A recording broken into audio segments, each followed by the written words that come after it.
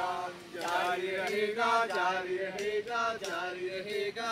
अपने गाँव को हम जाने, अपने गाँव को हम जाने, अपने लोगों को पहचाने, अपने लोगों को पहचाने, अपनी माटी को भी बखाने, अपनी माटी को भी बखाने। ये यात्रा दूधातौली डांडा से लेकर मरचूला मोहान तक की 150 किलोमीटर की यात्रा होने वाली है और इस यात्रा में लगभग हमारे साथ 18 से 20 जो पदयात्री हैं वो जुड़े हुए हैं। तो तकरीबन 30 से ज़्यादा हम गाँव को कवर कर रहे हैं। यात्रा में हम अलग अलग स्कूलों में जा रहे हैं, बच्चों से बात कर रहे हैं, जिन गाँव में जिन पड़ाव में हम रुक रहे हैं वहाँ पे जो बुज़ुर्ग लोग हैं, हमारी आमाएँ हैं, माताएँ हैं, उनसे हम बातचीत कर रहे हैं, उनके ज्ञान को, उनके नज़रिए को समझ रहे हैं, खासकर नदी को लेके कि नदी और हमारी जो हमारे गांव है उसका क्या रिलेशन है। उत्तराखंड के दूधातौली से निकलने वाली रामगंगा जब गंगा से मिलती है तब तक वो 600 किलोमीटर से ज़्यादा का सफ़र तय कर चुकी होती है और रास्ते में वो गगास और बिनो जैसी नदियों से मिलने के बाद मरचूला के पास कॉर्बेट नेशनल पार्क से होते हुए भी जाती है।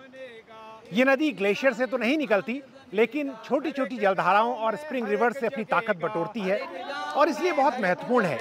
इस नदी के दोनों ओर जो संस्कृति बसी हुई है, उनका इतिहास बहुत समृद्ध है। यहाँ से बहुत पलायन होने के बावजूद अब भी लोग यहाँ पर टिके हुए हैं और उनको रामगंगा और रामगंगा के स्वभाव से बहुत मोहब्बत है। उनकी कुछ समस्याएं भी हैं, उसके बावजूद वो रामगंगा की ओर उम्मीद से देखते हैं। गंगा नदी से हमें पानी के लिए सिंचाई के लिए पानी मिल जाता है और हमारे खेतों में अच्छी सिंचाई होती है और हमें स्वच्छ और साफ रहने के लिए भी ये पानी मिलता है। तो ये नदी की सेहत कोई पिछले कुछ दिनों में कमज़ोर हुई है, क्या हुआ है? हाँ, अभी सूखा पड़ गया ना, कुछ दिन से बारिश नहीं हुई तो नदी सूखा पड़ गया। यहाँ इस नदी का जो जलागम क्षेत्र है, इस पर जहाँ से अलग अलग जलधाराएं आके इस नदी को ताकत देती हैं, वो जलधाराएं कमज़ोर हो रही हैं क्योंकि जंगल कमज़ोर हो रहा है, जंगल में आग लग रही है, जंगल काटे जा रहे हैं और जो लोगों का जंगल पर अधिकार है उनको कुछ नहीं मिल रहा है और बाहर के लोग काट के ले जा रहे हैं। हम लोग कई गाँव में गए, अस्कोट आराकोट अभियान के दौरान भी हमने देखा और इस बारी भी खास देख रहे हैं कि जैसे यहाँ पे जो घी बना रहे हैं उसका एक तो उनको मूल्य नहीं मिल रहा है ढंग से, क्योंकि ये पहुँच नहीं पा रहे हैं और उसमें कुछ बिचौले भी आ जा रहे हैं।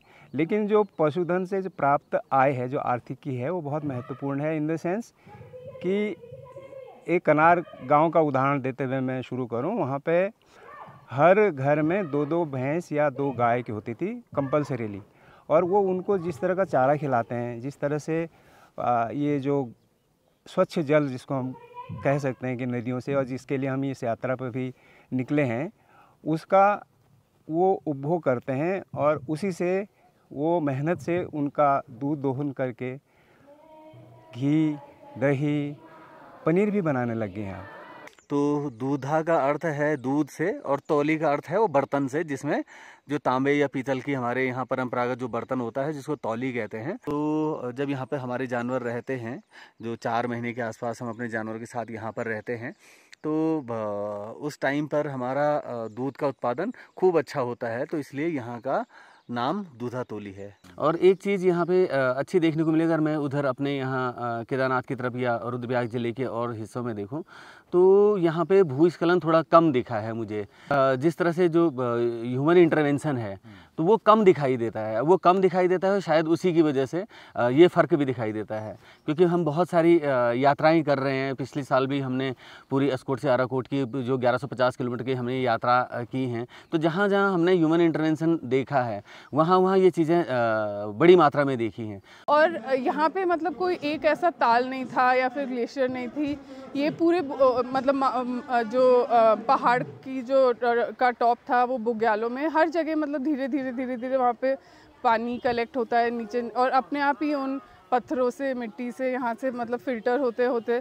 और हम जब चढ़ाई कर रहे थे तो इतने सारे छोटे गधेरे निकले, स्ट्रीम्स थी, और वहाँ पे मतलब इतनी थकान हो रही थी, पर जब भी आप उन स्ट्रीम से थोड़ा पानी पीते थे आपको थोड़ा आगे तक जाने की शक्ति और मिल जाती थी। और हम अब जब धीरे धीरे नीचे आ रहे हैं नदी के साथ साथ, तो हम उतना ही ज़्यादा हमें रास्ते में प्लास्टिक देखने को मिल रहा है। और आजकल तो मतलब हर जगह ये होता है कि क्योंकि कूड़ा फेंकने का जो साधन सिस्टम है वो पहाड़ों में अभी तक पूरा प्रॉपरली हुआ नहीं है। बहुत सारा मतलब सारी कंपनियां अपने पैकेट्स तो भेज देती हैं, लेकिन उन पैकेट्स को और बॉटल्स को कहाँ फेंका जाएगा वो पता नहीं, मतलब अभी ऐसा कोई सिस्टम है ही नहीं। लड़ना है बहना ये तो लंबी लड़ाई। कई लोग पहाड़ को एक सौंदर्य की नज़र से और बाज़ार की नज़र से भी देखते हैं, और हो सकता है यहाँ पर बहुत सारी जगहों पर लोगों को आशंका है कि यहाँ ज़मीनें काफ़ी ढूंढ रहे हैं, लोग ज़मीनें खरीदने की चाह में हैं ताकि पहाड़ों में होटल बन सके, रिसोर्ट बन सके। ये एक चिंता है। तो अगर हम चाहते हैं कि ये भविष्य में हमारी राजधानी बने, और ऐसा यहाँ के पहाड़ के लोग तो चाहते ही हैं, तो उसके लिए उस तरह का कानून भी हमें लाना पड़ेगा कि ज़मीनों की खरीद फरोख्त पर सख्ती हो और एक तरह से रोक ही हो। हमारे संसाधनों पर बड़े पूंजीपतियों, माफियाओं सबका कब्जा है, और सबसे बड़ी दिक्कत यह है कि इस सब को माफियाओं तक पहुंचाने में हमारी सरकार और हमारी राजनीति और हमारे नौकरशाहों का हाथ है।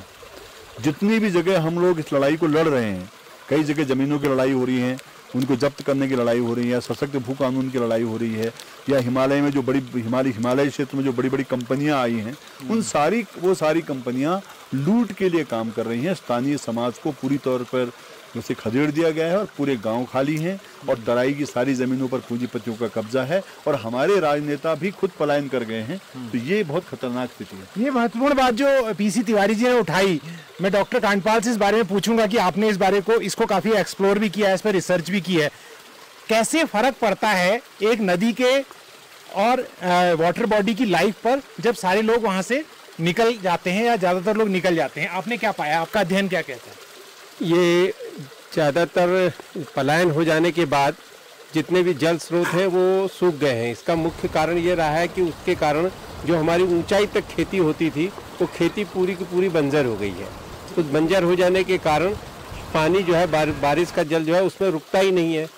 पहले से क्या होता था कि प्रत्येक छोटे छोटे खेत में भी हल जोता जाता था, तो जब बारिश होती थी तो वो खेत के माध्यम से, हल जोते खेत के माध्यम से ज़मीन के अंदर चला जाता था, और वही हमारे स्रोत के रूप में कहीं न कहीं निकलता था। वो उसके कारण हमारे स्रोत जिंदा थे। तो मैंने पिछले 20 साल के अंदर पाया कि ज़्यादातर उन गाँव में जहाँ पलायन हो चुका है या बहुत ज़्यादा मात्रा में हो गया है, उसके जल स्रोत सूख गए हैं, और जहाँ आज भी खेती हो रही है, सभी खेतों में हल जोता जा रहा है, तो वो सब के सब उनके गांव के नीचे के क्षेत्र में जो है बहुत सारे उसमें पानी, नौलों में पानी है। इसीलिए हम लोग ने हर खेत में एक प्रकार से हल जोता जाए या एक छोटा सा खाव तालाब बनाया जाए, इसके लिए एक नारा दे रखा है, पानी बो पानी उगाओ, जिसमें जनता से अपील की गई है कि जो लोग अपने खेतों को बंजर छोड़ के चले गए हैं वो आएं और अपने खेत में हल नहीं जोत सकते हैं तो एक खाव बना दें जिससे कि वो पानी उसी में रुक जाए। बंद करी बेची हालो दूर बड़ी दूर यूरोप बे हमरो पानी बोतला माँ बंद करी बेची हालो।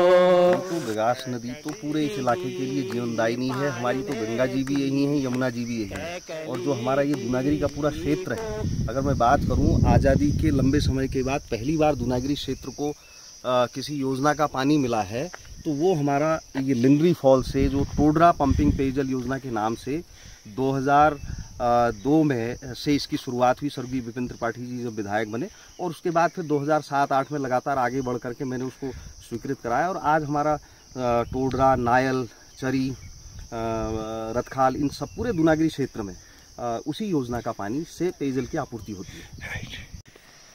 ततुकनी लगाऊ देख गुनन मुनाई न टेक, ततुकनी लगाऊ देख गुनन मुनाई न टेक, जैता एक दिन तो आलो उदिनी दुनी में, ओ जैता एक दिन तो आलो उदिनी दुनी में। हम जो है भटकोट घाटी में मौजूद हैं, और ये भटकोट घाटी मेरे पीछे जो जंगल दिखाई दे रहा है, इसके ठीक पीछे ही उद्गम स्थल है गगास नदी का। गगास रामगंगा की एक प्रमुख सहायक नदियों में है, और मेरे साथ दो यहाँ के बहुत सुपरिचित लोग हैं। बसंत जी हैं, साथ में चारू तिवारी हैं। और दोनों जो है यहाँ की न केवल पर्यावरण और उत्तराखंड की हर वृक्ष को, हर यहाँ के कीट पतंगे को जानते हैं, परिंदे को जानते हैं, बल्कि यहाँ की संस्कृति से भी परिचय है। तो जो ये गीत गा रहे थे उसका मतलब यही था कि अपने घुटनों में सर रखकर निराश होने की ज़रूरत नहीं है। एक दिन तो आएगा हमारा भी, हम होंगे कामयाब जिस तरह से है। तो ये हम इसलिए आज यहाँ पर मौजूद हैं इस जगह में। अल्मोड़ा ज़िला हुआ है, अल्मोड़ा ज़िला जो है भटकोट घाटी की चमोली में जो दूधातोली है वहाँ से एक रामगंगा यात्रा निकल रही है और वो रामगंगा यात्रा अपने रास्ते में है। और उस रामगंगा यात्रा का ही एक हिस्सा ये है जो गगास घाटी से पूरा होता हुआ भिकियासेन, जहाँ पर गगास और रामगंगा मिलती हैं, वहाँ पर ये यात्रा जो है पूर्ण होगी एक तरह से। और जो लोग उत्तराखंड से सुपरिचित नहीं हैं उनको भी कॉर्बेट नेशनल पार्क आने का तो हमेशा शौक रहा है, वहाँ के बाघ देखने का। तो आपको ये समझना चाहिए कि वो बहुत कम बड़ी नदियों में है रामगंगा, जो एक नेशनल पार्क से होके जाती हैं, जैसे पन्ना नेशनल पार्क से जाती है नदी, उससे होते हुए। तो मेरे साथ चारू जी हैं, बसंत जी है। बसंत जी, पहले तो मैं ये पूछना चाहता हूँ कि जनगीतों का जो आपने अभी गाया, क्या महत्व रह गया है आज के समाज में, जब उत्तराखंड जो है कई मोर्चों पर संघर्ष कर रहा है? धन्यवाद साहब। जनगीतों का को हम इस रूप में ले सकते हैं कि अगर जब भी हम अपने अतीत और अपनी संस्कृति को भूलते हैं तो हमारे वर्तमान स्वयं बिगड़ने शुरू हो जाते हैं। तो जनगीतों का यही अभिप्राय है कि हम अपने अतीत, हम अपनी संस्कृति और हमारे जो पुरखों ने एक हमारे लिए समृद्ध संस्कृति और पूरा एक पर्यावरण छोड़ के गए हैं, उससे हम आगे आने वाले नौनिहालों के लिए, आने वाले जो हमारी पीढ़ियां हैं उसको कैसे संरक्षित करें। उनको तक जो धरोहर हमारे पितरों ने हमको सौंपी है, उस धरोहरों को हम सुरक्षित, चाहे बोली का हो, चाहे रीतियों का हो, चाहे रस्म हो, चाहे रिवाज हो, हमारी जंगल हैं, हमारी संस्कृति है, हमारे जलधाराएं, हमारे गाढ़ हैं, हमारे गधरे हैं, उनको उसी तरीके से संरक्षित करके हम आगे की पीढ़ी को कैसे सोच दे पाएँ, यही हमारी इस यात्रा का मूल उद्देश्य है। जनगीत, पहली बात तो ये कि जनगीत एक किस्म से सामूहिक अभिव्यक्ति है लोगों की। ये एक किसी व्यक्ति की धरोहर नहीं है, बल्कि हम लोगों की आकांक्षाओं को, लोगों के सपनों को और लोगों की आकांक्षाओं को हम एक रूप देते हैं। यही जनगीत है, पहली बात तो ये है। और उसमें हमारी संस्कृति, हमारी भाषा, हमारा पर्यावरण, हमारा इतिहास, संस्कृति, सब कुछ उसमें समाहित, और हमारे संघर्ष भी है, हमारी चेतना भी है और हमारी संवेदनाएं भी है। एक तो ये मूल बात है। और जब भी ये चीज़ें निकली हैं तो हमारे यहाँ जोड़े, सांचरी, बाजूबंद और हमारे यहाँ बैर में भी लगातार हम जनता की बातों को उठाते रहे हैं। ये भी एक किस्म से हमारी पारंपरिक जनगीतें हैं। और इनसे जो आवाज़ें निकलती हैं, जैसे हमारे यहाँ शेरदा अनपढ़ का एक बहुत सुंदर गीत है कि बोट हरियाँ हीरों को हार, पात सुनो को चुड़, बोटों में बसूं मेर पहाड़ा झन चले छुर। तो ये इतना गजब का कि लोगों को संदेश है कि हम अपने पहाड़ों को कैसे बचाएं, अपने जंगल को कैसे बचाएं। जैसे हमारा एक है कि पारा का भेड़ा कुछ है घसारी मालू रे तो माल न काटा। तो वह एक ऐसा बिंब है कि जंगल में एक पतरौल है और जंगल में एक घास काटने वाली महिला भी है, और वो जंगल में उतनी ही चीज़ों को काटती है जो उसकी ज़रूरत की है। और पतरौल जो है वो जंगल की रक्षा करता है, लेकिन उसके साथ हमारे अंतर संबंध कैसे है जंगल के साथ, कि वो उससे पूछ रहा है कि ये पार के भीड़ में तो जो घास काटने वाली कौन है, उसे ऐसे परिचय, उसको कोई कानून नहीं है, उसको धारा 302, 307 नहीं लगनी है पेड़ काटने पर, बल्कि वो पहले पूछ रहा है कि क्यों काट रहा है, क्यों काट रही है इसको। तो वो बताती है कि मेरे घर में भैंस है, मेरे घर में गाय है, उसको मैं कैसे करूँ। और पतरौल भी क्या कह रहा है मालूम है, जब तो इसको काटेगी तो इनकी काटने का नुकसान क्या है, ये बताता है उसको। और आखिर में एक ऐसे बिंदु पर हम पहुँचते हैं उस लोकगीत के माध्यम से, जिसमें हम जंगलों के बचने और उसमें हमारे उपयोग की ज़रूरतों को कितना हम इस्तेमाल करें। तो ये जो समावेशी जीवन शैली है और जो सस्टेनेबल लाइफस्टाइल है, उन दोनों का ही एक समन्वय इन गीतों में कई बार मिलता है। आज ही माला तुमन के धत्यो छो, आज ही माला तुमन के धत्यो छो, जागो जागो ऐ मेरे लाल, नी करी दिहालो हमारी लीलामी, नी करी दिहालो हमारी लीलामी, नी करी दिहालो हमारो हलाल। ढूंगा बेची माटा बेची बेची है बजानी, ढूंगा बेची माटा बेची बेची है बजानी, लिसा खोपी खोपी मेरी उधेड़ी है खाल। आज हिमाला तुमन के धत्यो छो, आज हिमाला तुमन के धत्यो छो, जागो जागो ए मेरे ला। तो हिमालय शिशक रहा है, हिमालय अपने नौनिहालों को पुकार रहा है कि आप जागृत हुए, आप सोइए मत रहिए। जो हिमालय उत्तराखंड को नहीं, पूरे हमारे हिंदुस्तान को, पूरे भारत को अपने अमृत से आप्यायित करता है, वो हिमालय आज बहुत ही लुहान है।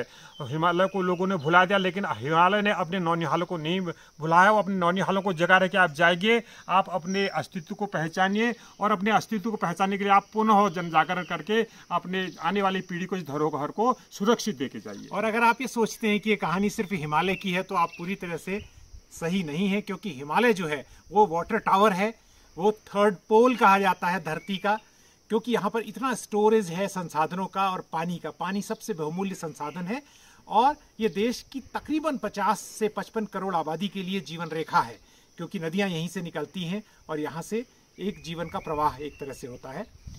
तो इको एंड एनर्जी टॉक में हमारी ये लगातार कोशिश रहती है कि इस तरह की रिपोर्ट्स आपके लिए लाएं, जहाँ ग्राउंड रिपोर्ट भी हो, ग्राउंड वर्क भी हो, रिसर्च भी हो, एक्सप्लेनर्स भी हो, और डेटा एनालिसिस भी हो।